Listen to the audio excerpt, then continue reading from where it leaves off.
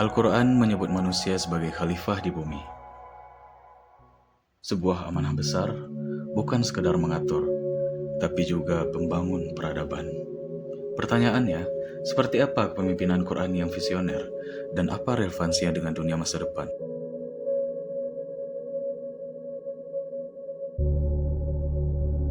Itulah permasalahan yang akan kami bahas dalam video kali ini. Kami menyimpulkannya dengan judul Imarah dalam Al-Quran, Kepemimpinan Visioner untuk Membangun Peradaban Masa Depan. Langsung saja kita masuk ke dalam pembahasannya. Setiap peradaban besar itu lahir dari kepemimpinan yang besar. Dalam Al-Quran, konsep imarah tidak sekedar berbicara tentang kekuasaan, tapi tentang visi bagaimana manusia menata dunia dengan cahaya petunjuk ilahi. Kini, ketika dunia berubah begitu cepat, pertanyaan besar pun muncul.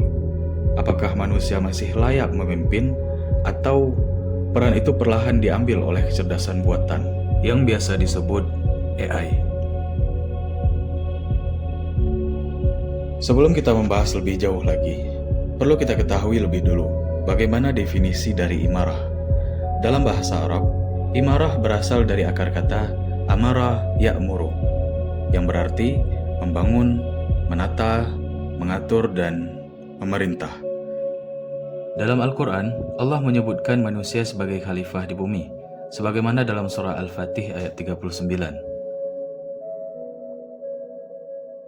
Ini menjadi bukti bahwa pemimpin bukan hanya penguasa, tapi pengatur keseimbangan antara akal, nilai, dan kehidupan.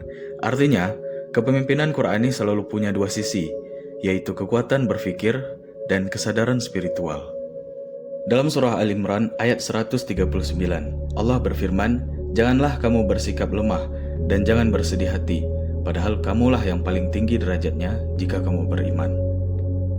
Di dalam tafsir Al-Misbah, dijelaskan bahwa ayat ini turun setelah perang Uhud, di mana ketika kaum muslimin sedang mengalami kekalahan. Allah ingin menegaskan, pemimpin sejati itu tidak boleh larut dalam kesedihan, karena kemenangan dan kekalahan adalah sunnatullah, ujian yang membedakan siapa yang benar-benar beriman. Maka, kepemimpinan Qurani bukan soal menang, tapi soal tetap teguh dan berprinsip di tengah ujian. Lalu dalam surah An-Nisa ayat 58, Allah berfirman, "Sesungguhnya Allah menyuruh kamu menyampaikan amanah kepada yang berhak menerimanya, dan apabila kamu menetapkan hukum di antara manusia, hendaklah dengan adil." Tafsir Al-Misbah menyebut, amanah adalah dasar iman dan sumber kepercayaan sosial. Seorang pemimpin tidak hanya memikul amanah pribadi, tapi juga amanah umat. Ia wajib menegakkan hukum dengan ilmu dan keadilan, bukan dengan hawa nafsu atau kepentingan pribadinya. Karena di mata Allah, keadilan adalah tanda kepemimpinan yang benar. Namun hari ini, dunia menghadapi krisis kepemimpinan. Banyak yang mampu berbicara, tapi sedikit yang berjiwa pemimpin. Kita hidup di era di mana keputusan bisa dibuat oleh data, tapi jarang oleh hati. Kepemimpinan modern kehilangan arah karena lupa pada sumber maknanya, amanah dan keadilan. Lalu muncul pertanyaan yang dulu hanya ada di film. Bagaimana jika suatu hari AI yang memimpin manusia? AI bisa menganalisis tanpa bias, mengambil keputusan cepat, dan efisien tanpa emosi.